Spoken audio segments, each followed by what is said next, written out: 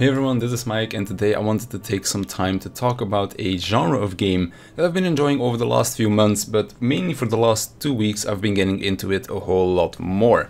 The game genre I'm talking about, of course, are the auto battlers. Now, this whole genre kind of came to life as an arcade game for Dota 2. Of course, Dota 2 is a MOBA that a lot of people probably know at this point, and they allow people to make mods in arcade games for the game itself. And then there was a game that came to life called Auto Chess that got quite a lot of attention on Twitch and then of course on Dota itself, and a lot of other people started to install Dota 2 just so they could play this arcade game called Auto Chess. Now, because it got so much attention, of course some of the big developers also wanted to jump on this hype train.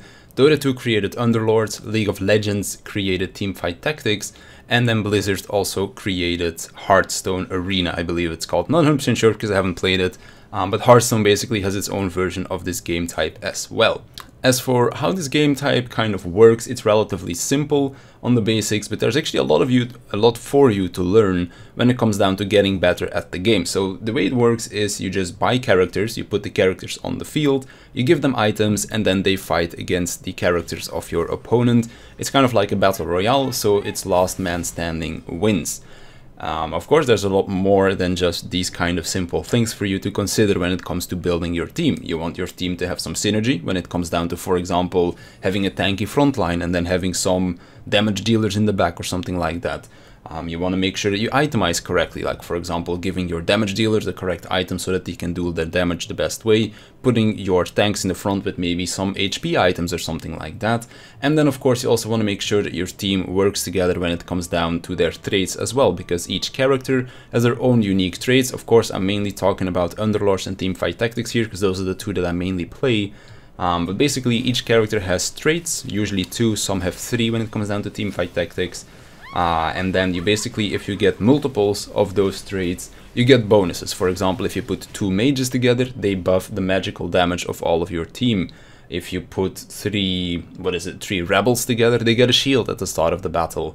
If you put 2 blasters together, their auto attacks can do like a double auto attack, something like that. So basically, putting together the same types of characters makes your team stronger as well, which is going to be very important when it comes down to team synergy towards the end of the game as well.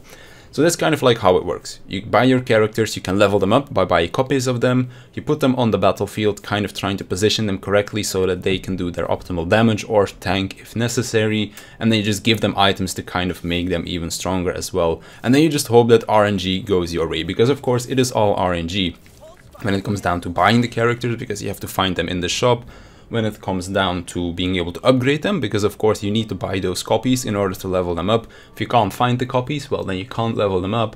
And then when it comes down to the fighting itself, you also have to get kind of lucky that they don't whiff their skills, or if they don't attack the wrong characters or that kind of stuff. So it's all a little bit up to RNG, but that's also what makes it kind of fun to just see whether, well, your comp kind of come to life and see whether or not it works or not. So that's kind of like how the game genre works. So how did I get into it, and why do I quite enjoy playing it as well? So when Dota Underlords first came out, it actually came out at the ideal time for me. For me personally, I am somebody that really enjoys playing Final Fantasy XIV. The Shadowbringers expansion is something that came out about 8 months ago at this point, I think. But about a week before Shadowbringers came out, I just had nothing to do. I finished all of the games before that I was playing at that point, and I just had a week of time to kill before that expansion would come out. And at that point, Dota Underlords released. Some friends of mine played it and they were like, Mike, this is a pretty cool game type or game genre, you should try it out as well.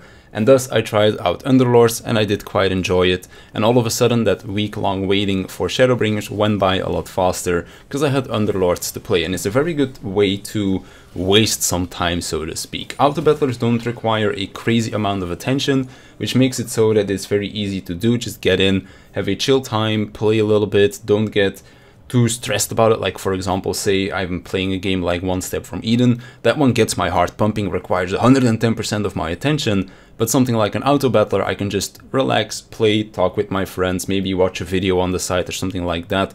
For me personally, I am someone that has a very hard time focusing on one thing, like say for example I am watching a series or I'm watching some YouTube videos or that kind of stuff.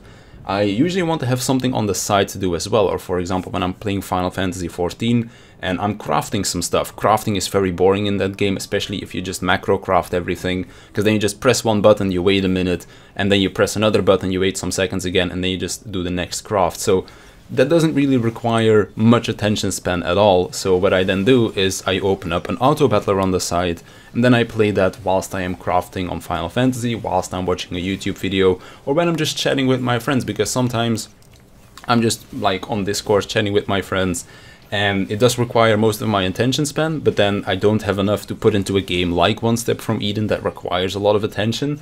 And then something like an auto battler is something that I can put up, I can still have my conversation, I can still watch my YouTube video, but I'm also still doing something on the side with my other brain cells that aren't busy enjoying that video or something like that. So that's why I kind of enjoy the game type. It came out at a very opportune time, and it's actually pretty interesting to play as well, even though it doesn't require the same amount of attention, I guess you could say, when it comes down to a much more intense game, like for example One Step from Eden or a shooter or something else, because you do need to have 100% of your attention focused on that game, whereas with something like an auto battler, you just like look at it every 30 seconds or something like that to pick your new characters, put your team in a certain way, look whether or not your team composition is actually working or not, because that's also pretty important.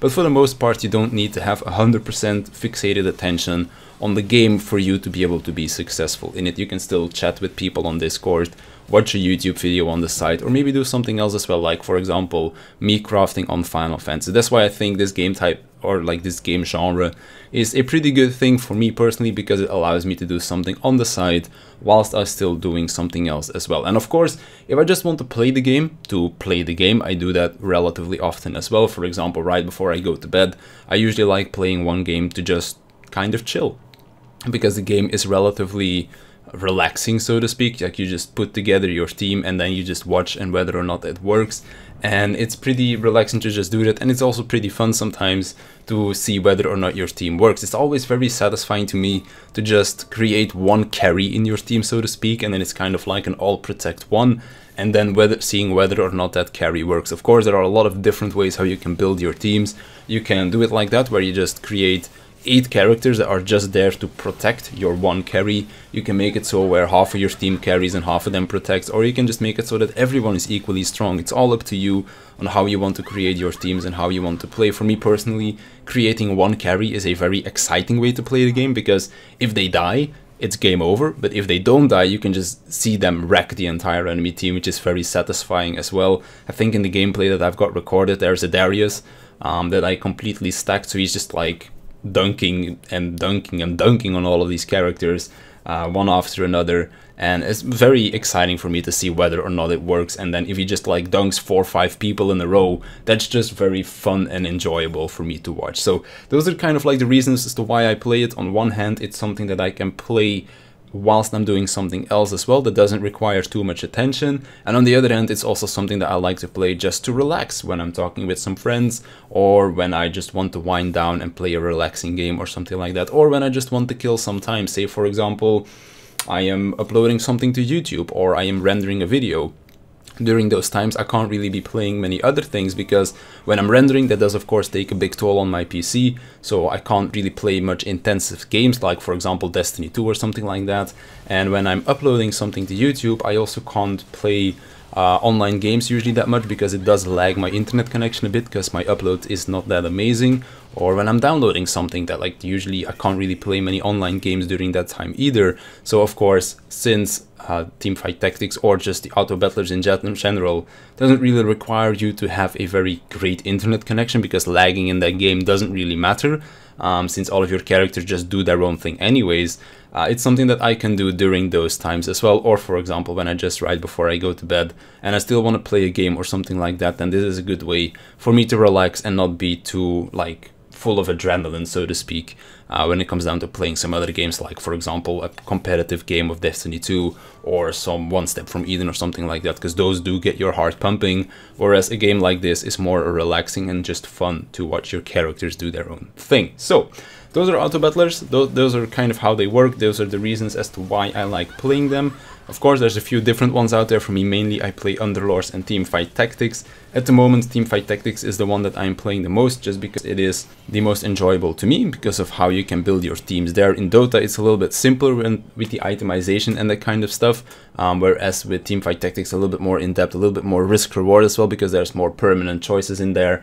But yeah, those are kind of like my things that I wanted to talk about. I want to thank you for watching. I want to thank my Patreons for supporting me, and I'll see you in the next one.